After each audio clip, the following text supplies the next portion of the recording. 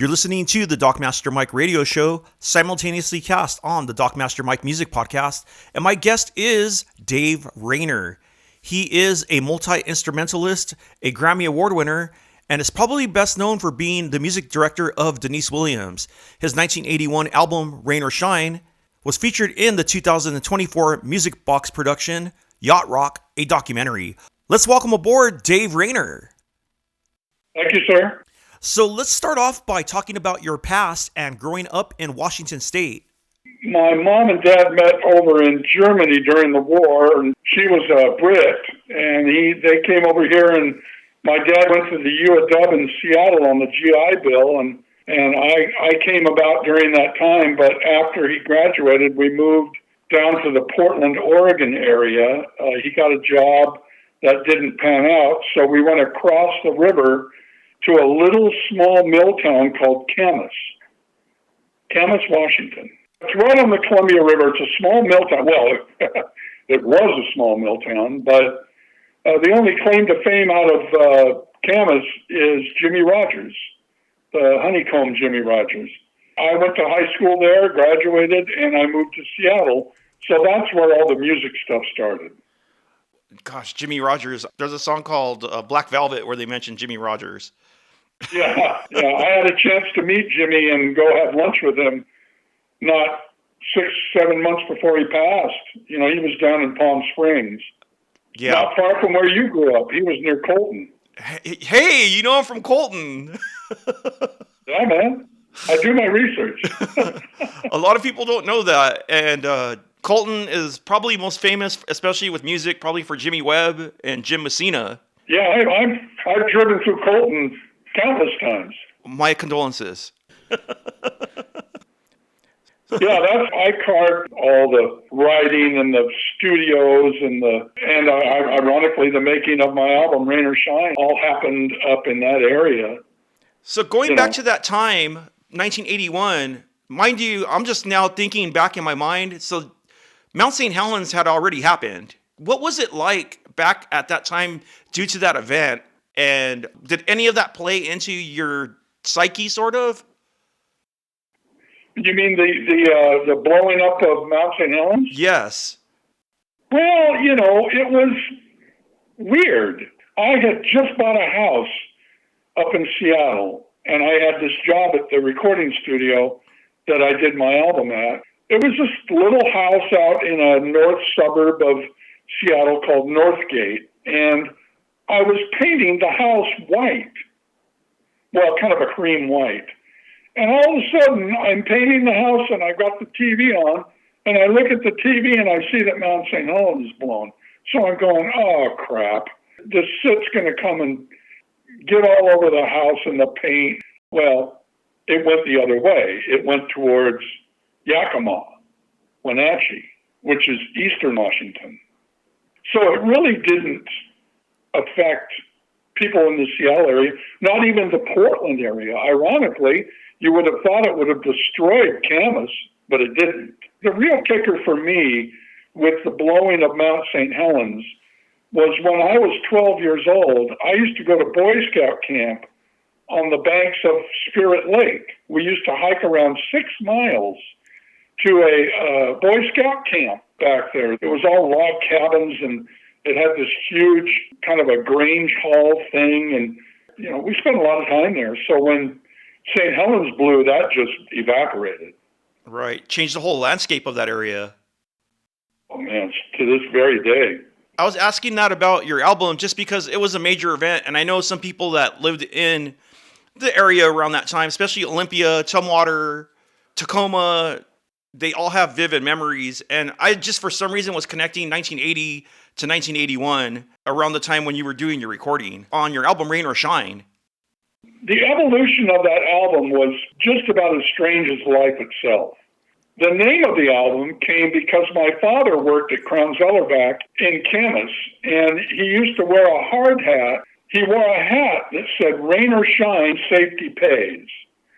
And I used to look at this hat all the time. So when it came time to do this album, that just became the name. And I had about 3 or 4 songs I had already written.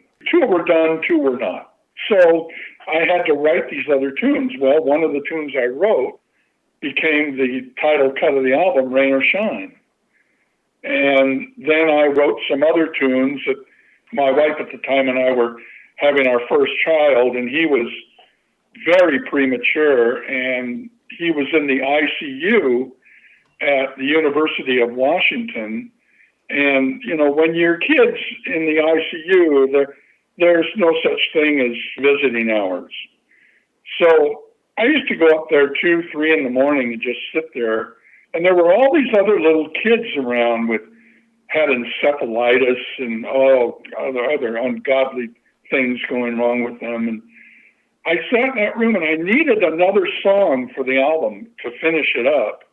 And all of a sudden this tune, which is the last tune on the album, came to my mind. It's called Little Ones. It's about that experience at the ICU at the University of Washington. It's not the most exposed to, but when I mention it to people, it's very much a part of their psyche. This one guy was using it for some event they were having with their family, and I've heard all kinds of stories about it. And the reason I get to hear those stories is because of this whole yacht rock thing that's happened to me.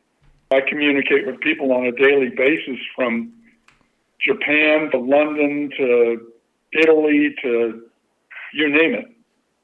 Even though that music has changed landscapes here and there in the Western states, so to speak, in Japan, they refer to it as AOR Light. Yeah, that's right. I'd forgotten that. Yeah. And it's amazing how much they love AOR Light. I've actually adopted that term and brought it home with me and called Pacific Coast Radio AOR Light, because AOR has a whole different term in the United States. It almost gives you the sense of Asia, the band Asia, early 80s Yes, or something like that, when really overseas, they love the jazz influence. They love everything that your album is, I think, like a staple style of what they really love over there. I've got this distributor down in Burlingame, California. She's native Japanese, and she, on occasion, I communicate with her, and every now and then she goes, send me a box of albums. She's been sending those over. I guess they sell because she asks for more, but yeah, I know what you mean. It's really interesting in Japan when you go looking for albums. They don't have everything alphabetized like we do here in the West. Everything's alphabetized by consonants. So it's like b, g, like almost like when you're singing, like when you're practicing vocals. And so everything's done in Japanese consonants. It's very targeted to the West Coast, which I had no idea that really was. When you were recording, where were you drawing your influences from to hone your sound, so to speak? Because clearly you had your own influences you were drawing from. And so who were they?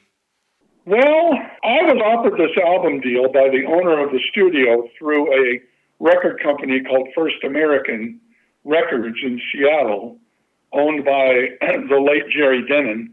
And Jerry needed a few artists, and he asked Jim if he knew anybody that wanted to do an album. So he asked me, and I said yes.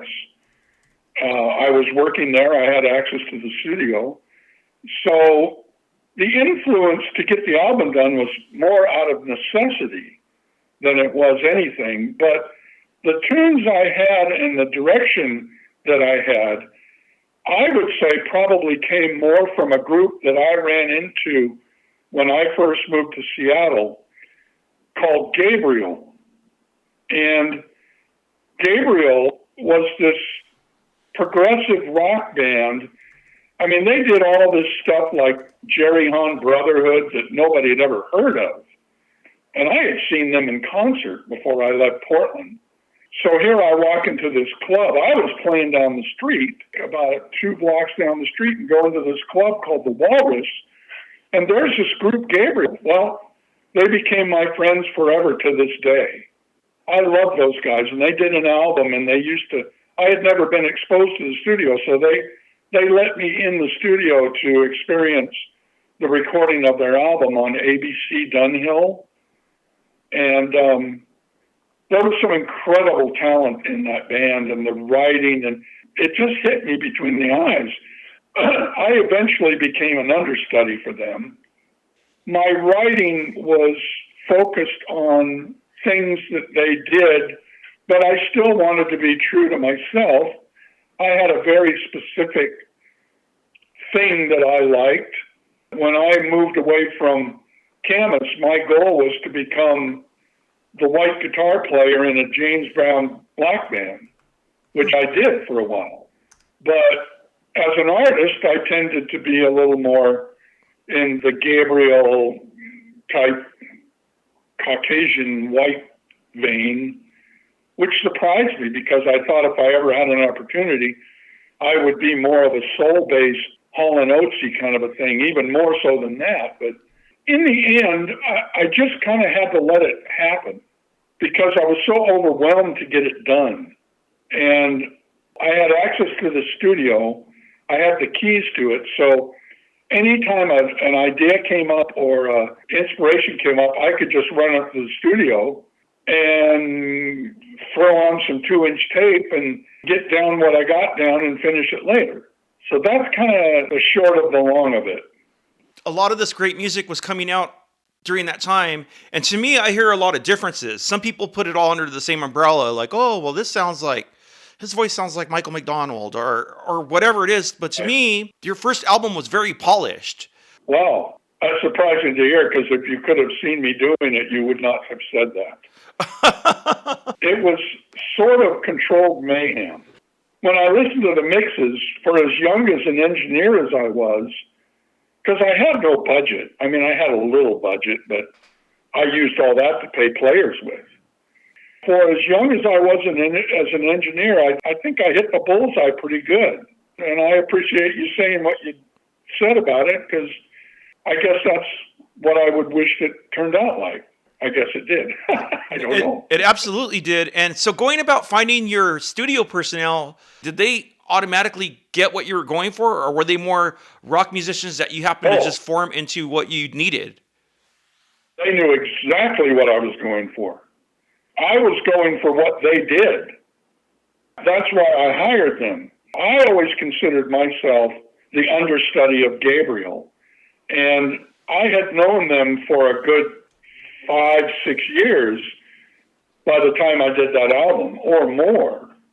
And so when I asked certain players to be on the album, especially the drummer, the late Michael Kinder, I had sat in with them many times and played some of my tunes. Leave Me Alone Tonight became kind of a Seattle staple, especially amongst the Gabriel listeners and Gabriel themselves. I used to play it on stage with them all the time. So when it came time to record, as far as the direction or production of it, I didn't have to say much. So we saved a lot of time that way, which may have contributed to your observation, I guess. When people think West Coast, they think it's all a small little town of Los Angeles, when realistically the West Coast spans 1,700 miles and more. So absolutely. People from Seattle and people from Los Angeles are in two different worlds, and it's completely different scenes. I think now it's a lot more connected because I see a lot of people now, especially more recently, and I think the way the music industry has gone, a lot of people do perform in Seattle. There's a place called Dimitri's Jazz Alley up there, which is probably the best jazz house in all of the West Coast, so to speak, in my opinion. Oh, absolutely. I used to go see Larry Carlton on a regular basis there. It's a great venue. You have great dinner. It's just classy. Yeah. You have close seats, and nothing about it is like bad. It's just a great place.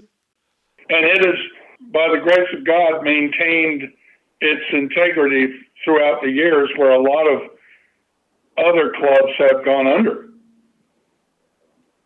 There's a club over in Redmond, Washington, and that's across the Lake Washington, who a friend of mine, who actually played in bands with my late brother from Washougal, Washington, his name is Craig Baker. And he has a club over in Redmond called Bake's Place. And that is kind of a facsimile of Jazz Alley. Same vibe, He doesn't quite get the high-profile players that Jazz Alley does, but sometimes. And I was over there. He had an event over there about 6 months ago, maybe more. And my wife and I went up and got a motel room, and he had me and this Chinese electronic tech named Rick Chin, who worked at Mackie. Rick's a genius. I've known Rick since 72. And he invited me and Rick to be guests of honor at his club that night. And usually he'll have the best jazz players in Seattle play there. That's kind of what he gets mostly. It's about the only other place in town I know of that has good food, good stage, nice decor. Yeah, so I hear you. So now going into your album release, you released your solo album in 1981. When was it when things started to venture out for you, working with Deniece Williams and some of these other people?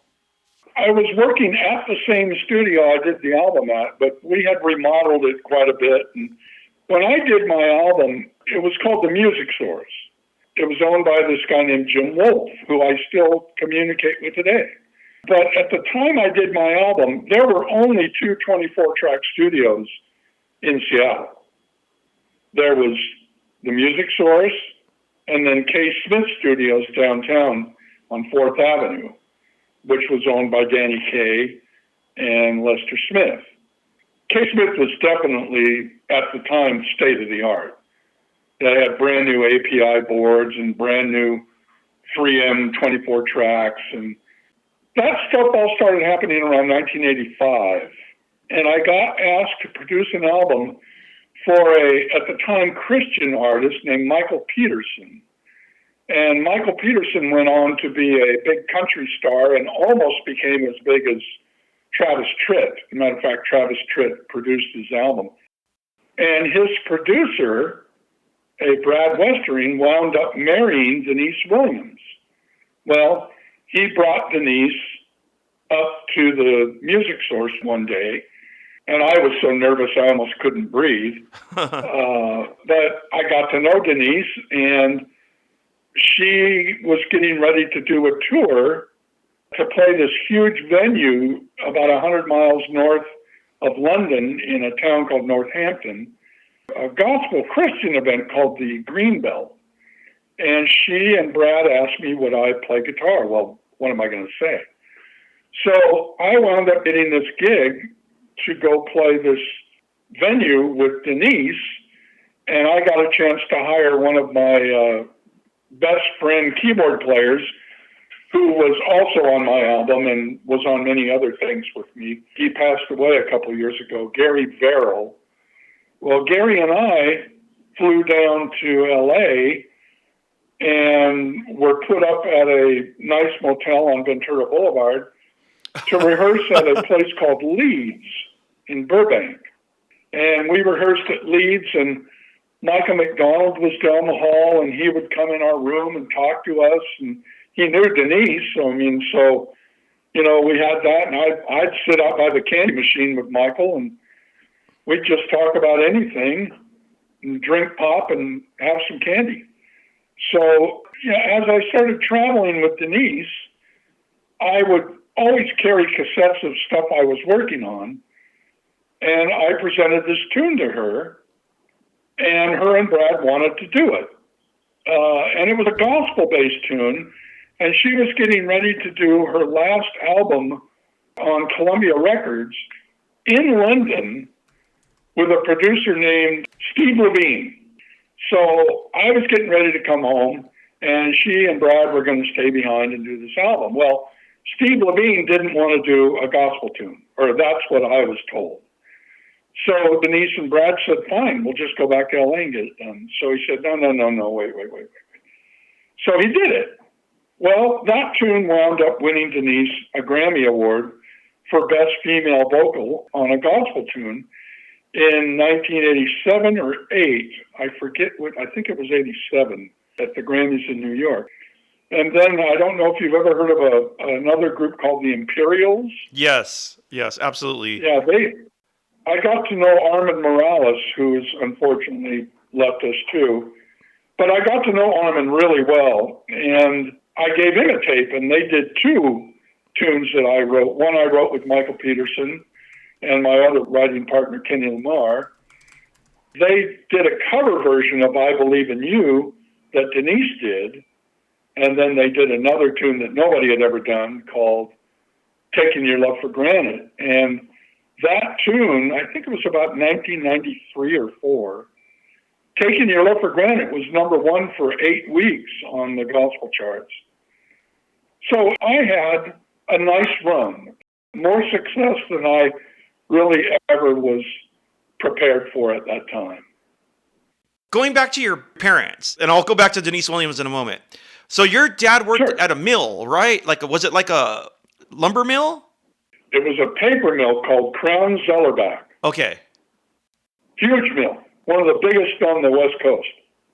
The reason why I'm asking is because a lot of artists that came from Washington State, their families come from the logging industry. And so going back to, I'll mention names, and you're going to be like, oh, I never really realized this. Patrick Simmons from the Doobie Brothers used to live in Aberdeen. Also from Aberdeen. Wow, I had no idea. Boeing was also part of the logging industry. The Boeing family, John Elway's family, the Elways were also part of the logging industry, and so were the Cobains, Kurt Cobain's family. Well, I knew the Cobains were. And so they all lived on that river, not the river that your family lived on, but they lived up on the one that goes through Olympia. I believe you were talking about the Chehalis River. Yes, Chehalis, yes. Yep, that's it. I'm looking at it. It empties right into the bay, into North Bay, and then out into the Pacific. It goes from one side to the other. So anyway, I was just trying to connect the dots with the logging industry. And then in Colton, there used to be, the Weyerhaeuser used to be in Colton. That was one of their locations. And then in 1985, Weyerhaeuser closed, and it went, and they just stayed in their Washington location. So there's like this connection, I don't know, it's just like this random connection that I was trying to connect with your family and the working class, so to speak, of the region. I didn't know Patrick Simmons was from Aberdeen. He grew up in Aberdeen, and then he moved to NorCal in, I think, late 60s, and that's how he met up with Tom Johnson. So that's how they formed the Doobie Brothers. But Patrick came from Aberdeen. It's just interesting about the logging families. A lot of those families, the remnants are still up there. The Elways, the Boeings. Right. And now I'm looking at Aberdeen, and they now have the Kurt Cobain under the Memorial Bridge. Yeah, I've gone there, actually. So he used to sleep there at one point, and that's on the Wishkah River. Yeah, I can't see that, but I'll take it. It's a muddy little river that it's just. Oh, you're right. There it is. It's small. Yeah. It's a small river, but Wishkah River. Yeah. But the house that's right above that is his grandmother's house, and he wrote songs about going to his grandma's house, and he used to work in. He actually used to work in Ocean Shores. And he used to work at a hotel there, and because Ocean Shores was being marketed as a destination location. My wife and I, that's where we lived at when we first moved to Washington. That was the only place that there was really lodging at that time. And then we stayed at Ocean Shores for a year, and then we moved to Olympia because they had a Trader Joe's in Olympia, and that's what got us to move there. Plus the healthcare as well. Right. I remember that, actually. I do remember that. Yeah. I've spent a lot of time in Ocean Shores. I mean, when you're from Seattle, that's about the quickest fix to the beach you can get. So it's, yeah, that's funny. And Pat Boone used to live in Ocean Shores. He was their most famous resident. Who did? Pat Boone. Oh, I knew that. I knew that Pat Boone had ties up here.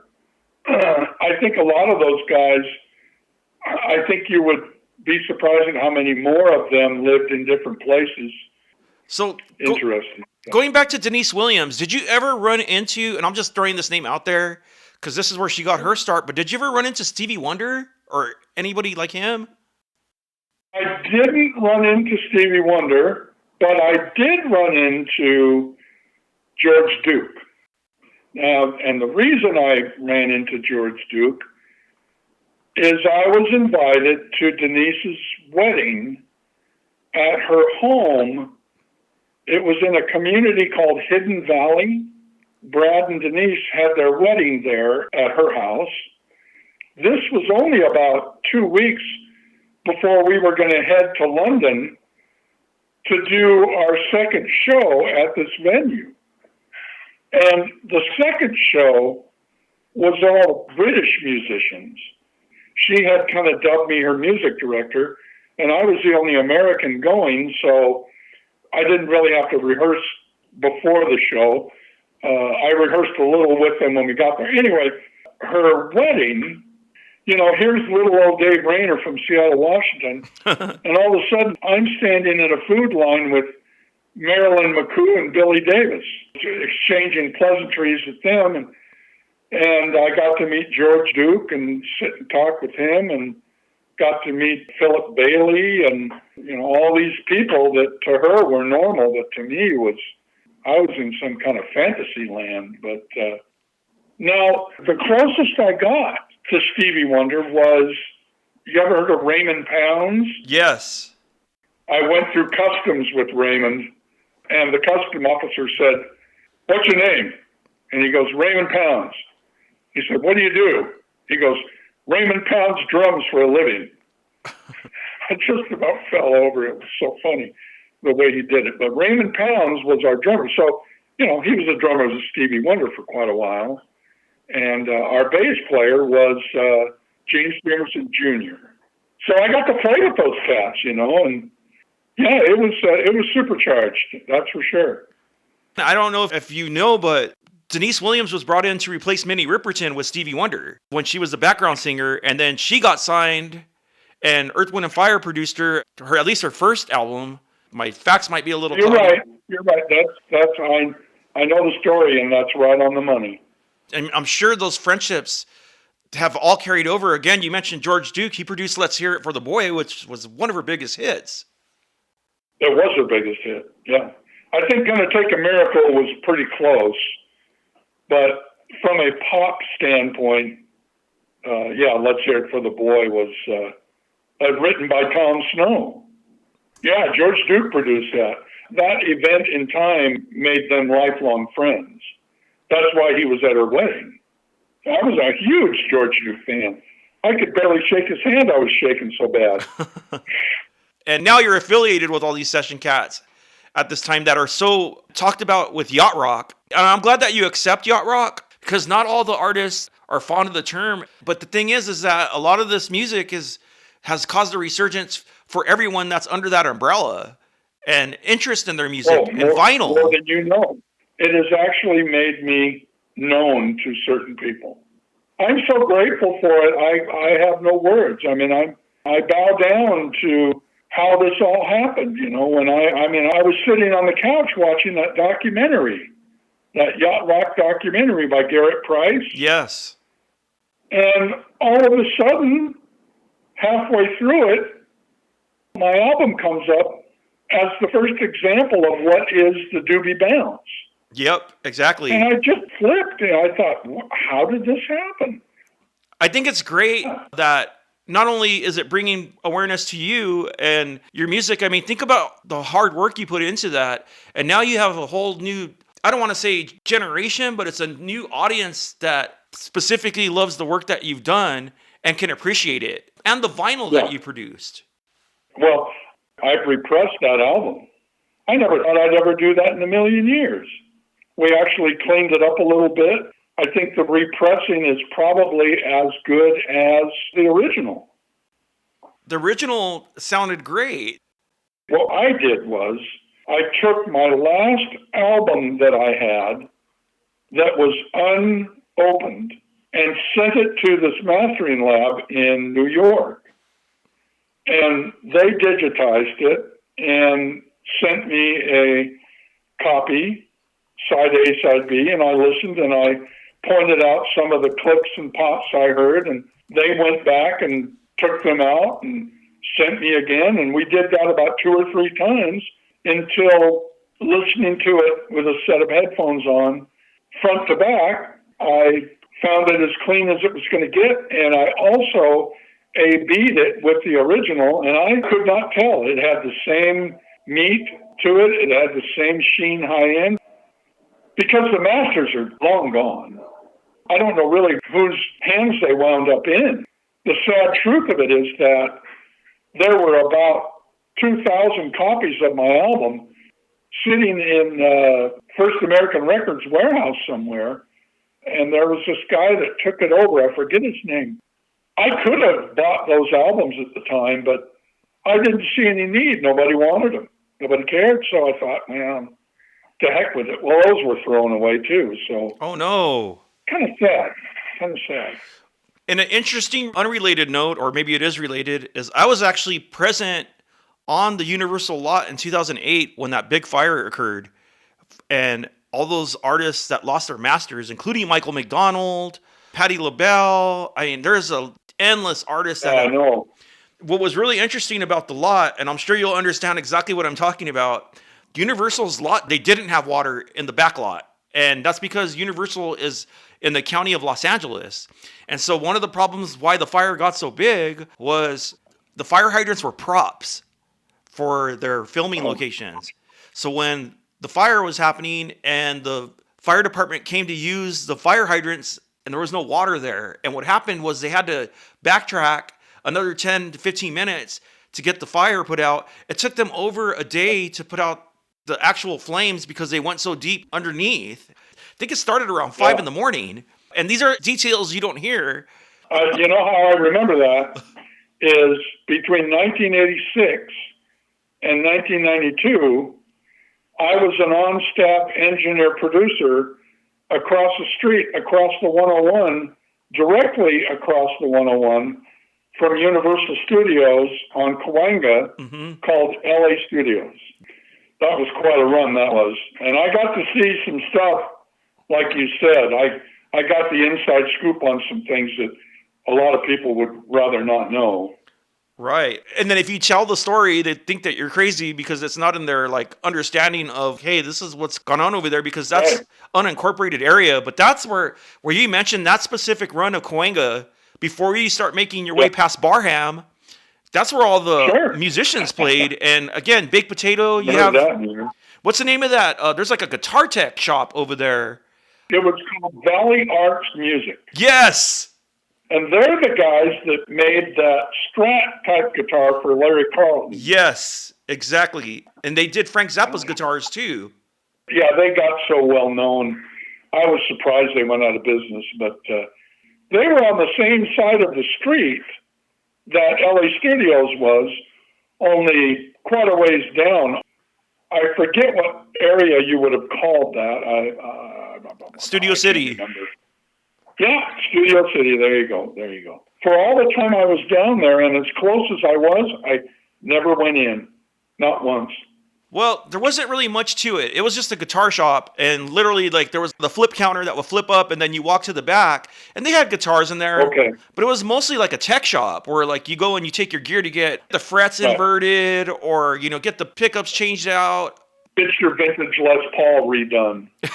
Exactly. And then I think there was that piano place, the specific area of the Cahuenga Boulevard, because then it changes over to Ventura once you pass Lancashire. I know the piano place you're talking about. I was in it one day when I was rehearsing with Deniece. I forget the name of it, but Ronnie Foster was in there playing a keyboard, and I walked up to him and introduced myself and told him what I was doing. Because I had seen Ronnie Foster live with George Benson countless times. The best thing about being in that Universal location is it was on Cahuenga, and then you have the Hollywood Bowl right there. Yeah, for sure. It's still interesting that so many people know about Rain or Shine, about Leave Me Alone Tonight, and that I've actually gotten 3 certified yacht rock tunes off that album. You know, makes it kind of unique. I mean, if it all ended tomorrow, I wouldn't be anything but grateful. You know, I've met all these incredibly great artists. James Sayer, God, this guy is, man, where did this guy come from? I mean, he's proof there's life on Mars, you know. It's just Young Gun Silver stuff. Fox. State Cows, Christian Gratz, I'm sure you're aware of him. Also, M. Griner. M. Griner used to play with David Bowie for a little bit. She played with Def Leppard for a little bit. And she's only 51 this year. Right.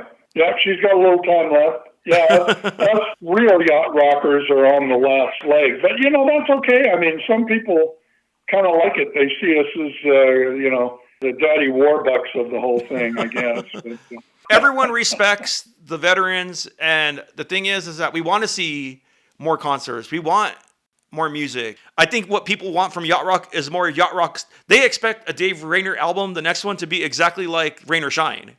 If you could replicate that album somehow with... Well, I could if I meant it, but that probably isn't going to happen. And you play all instruments, too. You're like a multi-instrumentalist. Yeah, well, I can on some stuff. I much prefer to hire the really great cats, which I've had the chance to be in the studio with on both sides of the glass. I thought about doing another album. I mean, I've already got X amount of tunes, some of them masterable. But, the yacht rock thing is so confined to a time that unless I had done the 2 or 3 albums back then, this will be it. I mean, I could do another album, and they would acknowledge it, I'm sure, but it wouldn't really be considered true yacht rock. By the time frame. But yeah, I understand what you mean. They're choosing James Sayers tunes, and he's only just recorded them since probably 2012. He's neither yacht rock time either, but they're still choosing his stuff. It's a little bit confusing, and I think they're a little inconsistent in how they want to see this thing grow. Once again, you could just call that growing pains, so... I just think that it's like tongue-in-cheek with them. So it's meant to be serious, but not like the vein that other people make it. But then again, you're going to get diehard rabid people that will always see things like that. Up till I saw this thing on HBO, I'd never heard of yacht rock. And then all of a sudden, my album becomes kind of a poster child for yacht rock. When I did that album, the last thing I was thinking of was 43 years from now, I'll be a yacht rock, entity. I mean, it's absolutely the most baffling, confounded thing I could ever have thought of, and yet it's great. But I'm grateful, and I'll always be grateful. So, and believe it or not, yacht rock has nothing to do with yachts. It really has nothing to do with rock. I know. It is a conflicting term sometimes. But it's been great talking to you. I really appreciate this conversation, and it was great meeting you. It's been great, too. I appreciate your time. You've been listening to the Dockmaster Mike radio show, simultaneously cast on the Dockmaster Mike Music Podcast with special guest Dave Raynor.